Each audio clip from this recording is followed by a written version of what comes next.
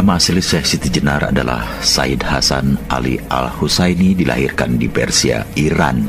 Kemudian setelah dewasa mendapat gelar Syekh Abdul Jalil, dan ketika datang untuk berdakwah ke Caruban, sebelah tenggara Cirebon, dia mendapat gelar Syekh Siti Jenar atau Syekh Lemah Abang atau Syekh Lemah Brit. Syekh Siti Jenar adalah seorang Said atau Habib keturunan dari Rasulullah Shallallahu Alaihi Wasallam. Nasab lengkapnya adalah Syekh Siti Jenar Said Hasan Ali bin Said Salih bin Said Isa Alawi bin Said Ahmad Syah Jalaluddin bin Said Abdullah Khan bin Said Abdul Malik Azmat Khan bin Said Alwi Amil Fakih bin Said Muhammad Sohib Mirbat bin Said Ali Hali Hassam bin Said Alwi Sohib Baiti Jubair bin Said Muhammad Maula Saumah bin Said Alwi Al-Mubtakir bin Said Ubaidillah bin Said Ahmad Al-Muhajir bin Said Isa An-Nakib bin Said Muhammad An-Nakib bin Said Ali Al-Uraidi bin Imam Jafar As-Sadiq bin Imam Muhammad Al-Bakir bin Imam Ali Zainal Abidin bin Imam Husaini As-Sahid bin Sayyidah Fatimah Az-Zahra binti Nabi Muhammad Rasulullah Sallallahu Alaihi Wasallam.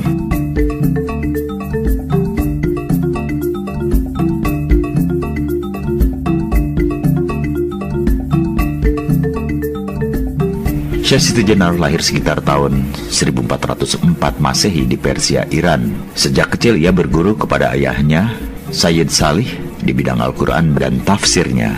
Dan Syekh Siti Jenar kecil berhasil menghafal Al-Quran di usia 12 tahun.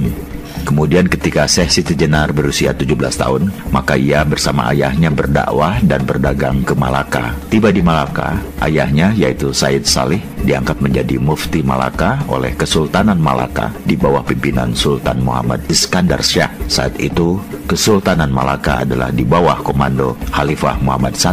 Kekhalifahan Turki Utsmani, akhirnya Syekh Siti Jenar dan ayahnya bermukim di Malaka.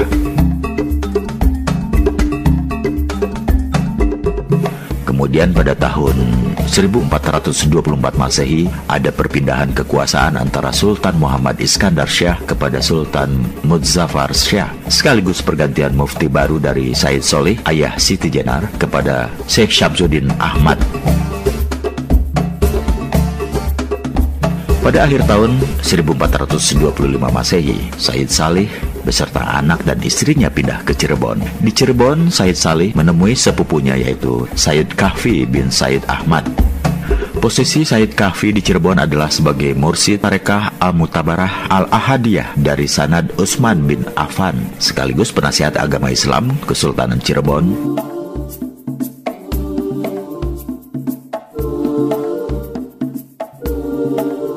Said Kahfi kemudian mengajarkan ilmu Marifatullah kepada Siti Jenar yang pada waktu itu berusia 20 tahun. Pada saat itu, mursyid Al-Tariqah Al-Mutabarah Al-Ahadiyah ada 4 orang, yaitu yang pertama Maulana Malik Ibrahim sebagai mursyid Tarekah Al-Mutabarah Al-Ahadiyah dari Sanad Sayyidina Abu Bakar As-Siddiq untuk wilayah Jawa Timur, Jawa Tengah, Bali, Sulawesi, Kalimantan, Nusa Tenggara, Maluku dan sekitarnya. Yang kedua, Said Ahmad Faruqi Sirhindi dari Sanad Sayyidina Umar bin Khattab untuk wilayah Turki, Afrika Selatan, Mesir dan sekitarnya. Yang ketiga, Said Kahfi dari Sanad Sayyidina Utsman bin Affan untuk wilayah Jawa Barat, Banten, Sumatera, Campa dan Asia Tenggara.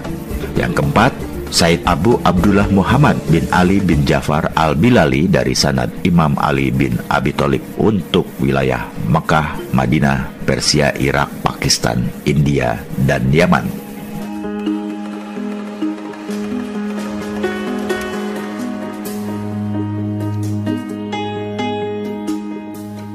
Kitab-kitab yang dipelajari oleh Siti Jenar muda kepada Said Kahfi adalah Kitab Fusus Al-Hikam karya Ibnu Arabi, Kitab Insan Kamil karya Abdul Karim Al-Zili, Ihya Ulumuddin karya Al-Ghazali, Risalah Qusairiyah karya Imam Al-Hushairi, Tafsir Ma'rifatullah karya Rutsbiham Bakli, Kitab At-Tawasin karya Al-Halaz, At-Tazali karya Abu Yazid Al-Bustami, dan Qut Al-Qulub karya Abu Thalib Al-Maki. Sedangkan dalam ilmu fikih Islam, Siti Jenar muda berguru kepada Sunan Ampel selama 8 tahun dan belajar ilmu Usuluddin kepada Sunan Gunung Jati selama 2 tahun. Setelah wafatnya Said Kahfi, Siti Jenar diberi amanat untuk menggantikannya sebagai mursyid Tariqah Al-Mutabarah Al-Ahadiyah dengan sanad Utsman bin Affan. Di antara murid-murid Syekh Siti Jenar adalah Muhammad Abdullah Burhanpuri, Ali Fansuri, Hamzah Fansuri, Samsudin Pasai, Abdul Rauf Sinkili, dan lain-lain.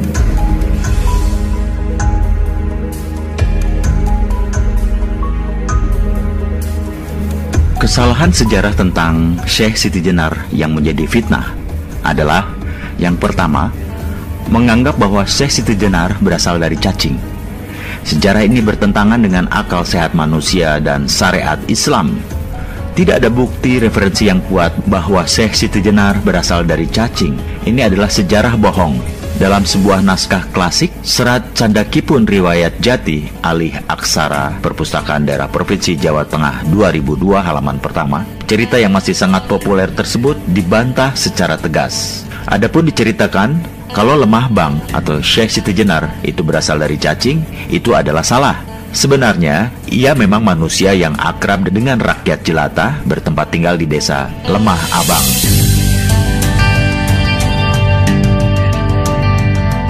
Yang kedua, ajaran Manunggaling Kawula Gusti yang diidentikan kepada Syekh Siti Jenar oleh penulis sejarah Syekh Siti Jenar adalah bohong, tidak berdasar, alias ngawur. Istilah itu berasal dari kitab-kitab primbon Jawa. Padahal dalam suluk Syekh Siti Jenar, beliau menggunakan kalimat fana wal baka. Fana wal baka sangat berbeda penafsirannya dengan Manunggaling Kawula Gusti. Istilah fana wal baka merupakan ajaran tauhid yang merujuk pada firman Allah, kullu syai'in halikun illa wajhahu. Artinya, segala sesuatu itu akan rusak dan binasa kecuali zat Allah. Syekh Siti Jenar adalah penganut ajaran tauhid sejati dan tauhid syar'i.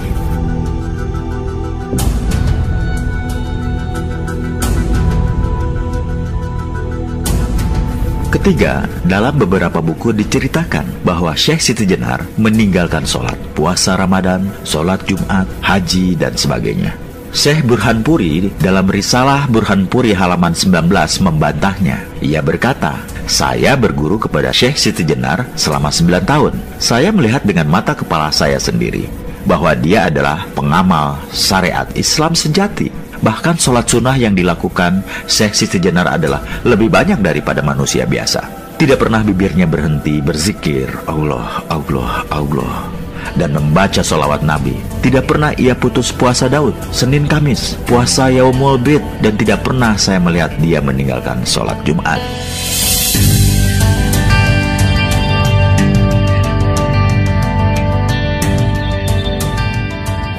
Yang keempat, beberapa penulis telah menulis bahwa kematian Syekh Siti Jenar dibunuh oleh Wali Songo dan mayatnya berubah menjadi anjing. Bantahannya, ini suatu penghinaan kepada seorang wali Allah, seorang cucu Rasulullah, sungguh amat keji dan biadab. Seseorang yang menyebut Syekh Siti Jenar lahir dari cacing dan meninggal jadi anjing. Jika ada penulis menuliskan seperti itu, berarti dia tidak bisa berpikir jernih dalam teori antropologi atau biologi kuantum sekalipun. Manusia lahir dari manusia dan akan wafat sebagai manusia. Maka saya meluruskan riwayat ini berdasarkan riwayat para habib, ulama, kiai, dan ajengan yang terpercaya kewaraannya. Mereka berkata bahwa Syekh Siti Jenar meninggal dalam kondisi sedang bersujud di pengimaman Masjid Agung Cirebon setelah sholat tahajud, dan para santri baru mengetahuinya saat akan melaksanakan sholat subuh.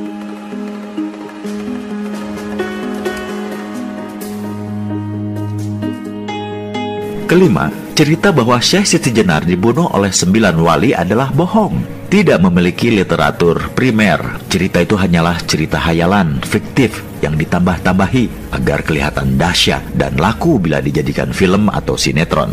Wali Songo adalah penegak syariat Islam di tanah Jawa. Padahal dalam Maqasidus Syariah diajarkan bahwa Islam itu memelihara kehidupan. Hifsun nasal wilhayah, tidak boleh membunuh seorang jiwa yang mukmin yang di dalam hatinya ada iman kepada Allah. Tidak mungkin 9 wali Allah yang suci dari keturunan Nabi Muhammad akan membunuh wali Allah dari keturunan yang sama. Tidak bisa diterima akal sehat.